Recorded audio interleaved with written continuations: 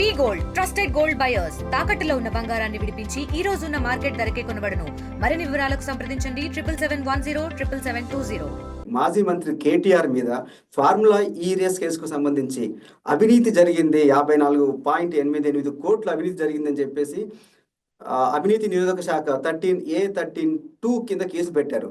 మీకు ఏమనిపిస్తుంది? ఈ కేసు నిలబడతాయా? ఇందులో ఆధారాలు కనిపిస్తున్నాయా మీకు? ఎందుకంటే ఈ కేసు అన్నది గవర్నర్ గారి పర్మిషన్ తీసుకొని కేసు రిజిస్టర్ చేయడం జరిగింది యాంటీ కరప్షన్ బ్యూరో. వారు ప్రధానంగా అంటున్నది ఏంటంటే నియమాలు పాటించలేదు, అందులో ప్రొసీజర్స్ ఫాలో అవ్వలేదు, కాబట్టి ఆ విధంగా రాష్ట్రానికి నష్టం కలిగింది. ఏదైతే మిమ్మల్ని బాధ్యతాయుతంగా మీకు కేటాయించిన అమౌంట్ ఏదైతే ఉందో దాన్ని మీరు సరిగా వినియోగించలేదన్నది ప్రధానమైన ఆరోపణలు. 409 IPC కానీ 13(2) 13(1A) కావచ్చు, ప్రివెన్షన్ ఆఫ్ కరప్షన్ యాక్ట్, వీటిలలో వచ్చింది. ఆ తర్వాత ఎన్ఫోర్స్మెంట్ డైరెక్టరేట్ వాళ్ళు కూడా దాని మీద వాళ్ళు కూడా ECIR కూడా రిజిస్టర్ చేశారు. సో ఈ విధంగా రెండు కూడా, ఇటు పోలీస్ ఇన్వెస్టిగేషన్, అటు ఈడీ ఇన్వెస్టిగేషన్ కూడా జరుగుతోంది. ఆ సంబంధించి కేటీఆర్ గారు కూడా వారు ప్రెస్ కాన్ఫరెన్స్ తీసుకొని చెప్పారు, ఇందులో ఎటువంటి మాకు హేతు లేదు, మాకు ఎటువంటి ఇంటెన్షన్ లేదు, క్రిమినల్ ఇంటెన్షన్ లేదు. ఈ ఫార్ములా రేస్ అన్నది 4 సీజన్స్ లో తీసుకురావడానికి ముందే అగ్రిమెంట్ జరిగింది. ఆ తర్వాత ఇది రావడం వల్ల రాష్ట్రానికి చాలా ఉపయోగం, రాష్ట్రం యొక్క బ్రాండ్ వాల్యూ పెరుగుతుంది. తర్వాత మధ్యంతరంగా ఎవరైతే స్పాన్సరర్స్ ఉంటారో వాళ్ళు విత్డ్రా అవడం వల్ల కొత్త స్పాన్సర్ వెతికేయడానికి సమయం లేదు. కాబట్టి ఆ మధ్యలో ఈ కాంట్రాక్ట్ బ్రీచ్ అవ్వకుండా HMDA నుంచి మేము ఫండ్స్ ఫార్ములా ఈకి ఇచ్చామని వారు తెలియజేయడం జరిగింది. ఎందుకంటే మాంట్రియల్ అనే దేశంలో, అంటే కెనడాలో ఉన్న దేశం కూడా ఈ విధంగా అగ్రిమెంట్ చేసుకున్న తర్వాత వాళ్ళు మధ్యలో అగ్రిమెంట్ క్యాన్సిల్ చేసుకోవడం వల్ల ఆ దేశం చాలా వాళ్ళకి కట్టాల్సి వచ్చింది, నష్టపరిహారం కట్టాల్సి వచ్చింది. ఆ విధమైన పరిస్థితులు రాకుండా మేము చేశాము. తర్వాత రిజర్వ్ బ్యాంక్కి ఇన్ఫార్మ్ చేయడము, తర్వాత వాళ్ళ పర్మిషన్ తీసుకోవడము, ఈ ఫెమా వైలేషన్స్ ఏవైతే ఉన్నాయో అవి అధికారులు చూసుకోవాలని చెప్పేసి ఆయన అన్నారు. నిజంగానే మీరు ఏమంటారు? నిజంగా ఈ ప్రొసీజరల్ ల్యాప్సెస్ అనేది దానికి బాధ్యత ఎవరు వహించాలి? మంత్రుల, అధికారుల?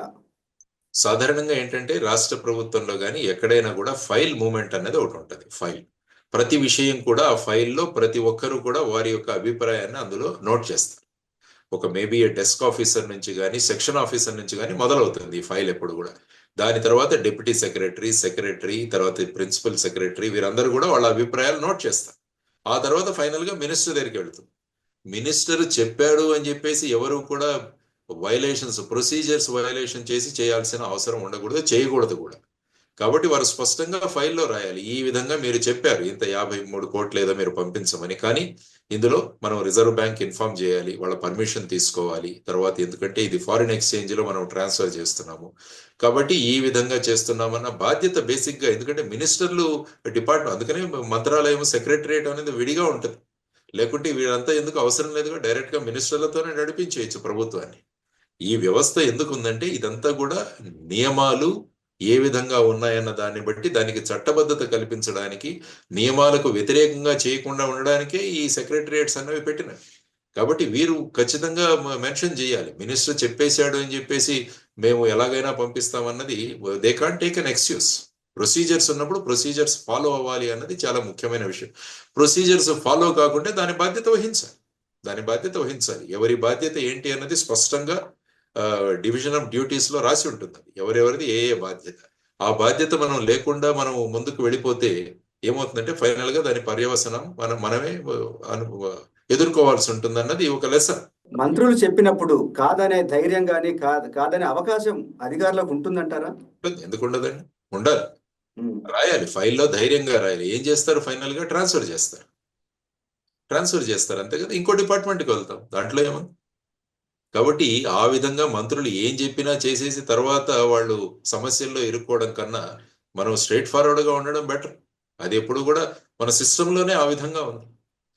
మనం ఈ సర్వీస్కి రాకముందు కూడా మనం ఆ విధంగా ప్రమాణం చేసే సర్వీస్లోకి వస్తాం. ఎవరి రాగద్వేషాలకు ఇటువంటి వాటికి మేము ఎటువంటి ప్రభావితం అవ్వకుండా మా డ్యూటీలను మేము సక్రమంగా చేస్తామని చెప్పి వాళ్ళు వస్తారు. ఎమ్మెల్యేలు కూడా అదే విధంగా ప్రమాణం చేస్తారు. మరి వాళ్ళు పొలిటికల్ కంపల్షన్స్ ఉన్న ఏమైనా చెబితే మీరు, ఎందుకంటే ఒక సివిల్ సర్వెంట్కి చాలా ప్రొటెక్షన్ ఉంటుంది రాజ్యాంగబద్ధంగా.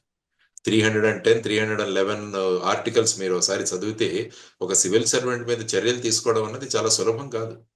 వారికి నోటీసులు ఇవ్వాలి, తర్వాత దానికి ప్రిలిమినరీ ఎంక్వైరీ చేయాలి, ఆ తర్వాత ఎంక్వైరీ కమిషన్ ఉండాలి, ఇవన్నీ కూడా ఉన్నాయి. అందుకనే మీకు ఉద్యోగ భద్రత కల్పించింది ఎందుకు అంటే ఈ విధమైన ప్రెషర్స్ వచ్చినప్పుడు తట్టుకొని మీ అభిప్రాయాన్ని స్వేచ్ఛగా వ్యక్తీకరించడానికి మీకు ఈ జాబ్ సెక్యూరిటీ ఇవ్వడం జరిగింది.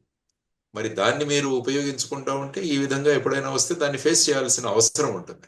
ఈ డబ్బు ఏదో చెప్తున్నారో అది ఎవరికి చేరాలో వాళ్ళకి చేరిన తర్వాత ఇక అవినీతి అనేది జరగలేదు, ఇది ఒక రాజకీయ కక్ష అనేది కేటీఆర్ గారు వాదనగా మనకు వినిపిస్తున్నారు, ఓపెన్ గా చెప్తున్నారు. మీకేమనిపిస్తోంది లక్ష్మణ్ గారు? ఎందుకంటే ఈ విషయాన్ని తీసుకెళ్లి ఎఫ్ఐఆర్ నే క్వాష్ చేయాలని చెప్పి ఆయన వెళ్ళారు, హైకోర్టుకు వెళ్ళారు, తెలంగాణ హైకోర్టుకి. తెలంగాణ హైకోర్టు ఏమని చెప్పిందంటే ఇందులో ఎఫ్ఐఆర్ క్వాష్ చేయడానికి తగినంత సాక్ష్యాధారాలు లేవు కాబట్టి ఇన్వెస్టిగేషన్ జరగాలి అన్నది చేశారు. దానికి అపీల్లో వారు సుప్రీంకోర్టుకు వెళ్ళారు, సుప్రీంకోర్టు కూడా అదే చెప్పింది. దాంతో వారు పిటిషన్ విత్డ్రా చేసుకున్నారు. ఎందుకంటే ఈ విధమైన కంప్లైంట్స్ తో ఉన్న ఒక ఎఫ్ఐఆర్ ఏదైతే ఉందో అది కేవలం రాజకీయ కక్షతో చేయడం జరిగింది అన్న ఒక కారణంతో ఎఫ్ఐఆర్ ని క్వాష్ చేయలేమని చెప్పేసి వారు చెప్పారు. ఇన్వెస్టిగేషన్ చేయాల్సిన బాధ్యత ఏసీబీ మీద ఉంది, ఈడీ మీద ఉంది. తర్వాత వీరు చెప్పే విషయాలు కూడా వినాల్సిన బాధ్యత కూడా వాళ్ళ మీద ఉంది. కాబట్టి ఇవన్నీ చూసుకుని ఫైనల్ గా ఈ కేసులో సాక్ష్యాధారాలు ఉన్నాయా లేవా అన్నవి నిర్ణయించుకున్న తర్వాత ఫర్దర్ యాక్షన్ అంటే ఛార్జ్ షీట్ వేయాలా, లేకుంటే ఈ కేసు ఒక ప్రొసీజర్ ఎర్రర్ గా తీసుకుని దాన్ని క్లోజ్ చేసి, ఎందుకంటే ఫెమా వైలేషన్స్ ఎప్పుడైతే చేస్తారో దాని మీద నష్టపరిహారం చెల్లించే ప్రొవిజన్ సాధారణంగా 1 కోటి జరిగితే దానికి సుమారుగా 2 నుంచి 3 కోట్ల దాని మీద ఛార్జెస్, దాని తర్వాత పెనాల్టీ వేసే ప్రొవిజన్ కూడా ఉంది ఫెమాలో మీరు తీసుకుంటే. సో ఆ విధంగా ఫైనల్ గా ఏ రికమెండేషన్ ఏసీబీ చేయబోతోంది, ఈడీ చేయబోతోంది అన్న దాని మీద ఆధారపడి ఉంటుంది అన్నమాట కేసు. ఓవరాల్ ఈ కేసులో ఓన్లీ మీకు ప్రొసీజరల్ ల్యాబ్సే ఉన్నాయా, లేదంటే అవినీతి కూడా ఏమైనా కనిపిస్తుందా మీకున్న సమాచారం ప్రకారం? అంటే ఇప్పటిదాకా చేయడం ఏంటంటే అవినీతి అన్నది ఎప్పుడంటే ఈ విధంగా చేసి స్వలాభం పొందుతాం, ఎప్పుడైతే స్వలాభం పొందుతామో, లేకుంటే ఇతరులకు లాభం పొందే విధంగా మన ప్రవర్తన ఉన్నప్పుడు ఏమవుతుందంటే అది కరప్షన్ అంటాం. కానీ ఈ కేసులో వాళ్ళు అనడం ఏంటంటే ఒక అగ్రిమెంట్ ఉంది, ఆ అగ్రిమెంట్ ప్రకారం చేసుకుంటున్నాం, ఆ అగ్రిమెంట్ లో 4 సంవత్సరాల 4 సీజన్స్ ఇది ఉంది కాబట్టి దీది భంగం కాకుండా రేపు రాబోయే రాష్ట్రానికి కలగబోయే నష్టం ఏదైతే ఉందో, నష్టపరిహారం ఏదైతే ఉందో దాన్ని తాత్కాలికంగా మేము అవాయిడ్ చేయడానికి ఈ విధంగా చేశామని వారి ఎక్స్ప్లెనేషన్. ఆ తర్వాత ప్రొసీజర్స్ ఎందుకు ఫాలో అవ్వలేదని కూడా వాళ్ళు ఎక్స్ప్లెనేషన్ ఇవ్వాలి. ఈవెన్ అక్కడ ఉన్న ప్రభుత్వోద్యోగులు కావచ్చు, మినిస్టర్ కావచ్చు, వారందరూ కూడా దానికి ఎక్స్ప్లెనేషన్ ఇవ్వాలి ఫైనల్ గా. ఎందుకంటే క్రిమినల్ కేసులో ఎప్పుడు కూడా క్రిమినల్ ఇంటెంట్ అన్నది చాలా ముఖ్యం. అంటే నేను మోసపూరితంగా చేయాలని ఉద్దేశపూర్వకంగా ఎప్పుడైతే చేస్తానో then it becomes an offence. So procedural labs కి క్రిమినల్ ఇంటెంట్ కి దీని మధ్య చాలా వ్యత్యాసం ఉంటుంది. సో అల్టిమేట్ గా ఇన్వెస్టిగేషన్ ఏజెన్సీస్ దగ్గర చాలా పేపర్స్ ఉంటాయి, ఎందుకంటే మనం అవన్నీ కూడా మన దగ్గర లేవు, వాళ్ళ దగ్గర ఉన్న సాక్ష్యాధారాలు ఏంటో మనం తెలియదు. కాబట్టి ఆ తెలియని విషయాల మీద మనం ఒక ఫైనల్ గా నిష్కర్ష తీయడం అన్నది కూడా అది సబబు కాదు. కాబట్టి ఫైనల్ గా నేను చెబుతున్నది ఏంటంటే ఇన్వెస్టిగేషన్ ఏజెన్సీస్ దగ్గర ఉన్న ఎవిడెన్స్, దాన్ని బట్టి ఫైనల్ గా వాళ్ళు ఏ నిర్ణయం తీసుకుంటారన్నది చూడాల్సిన అంశం.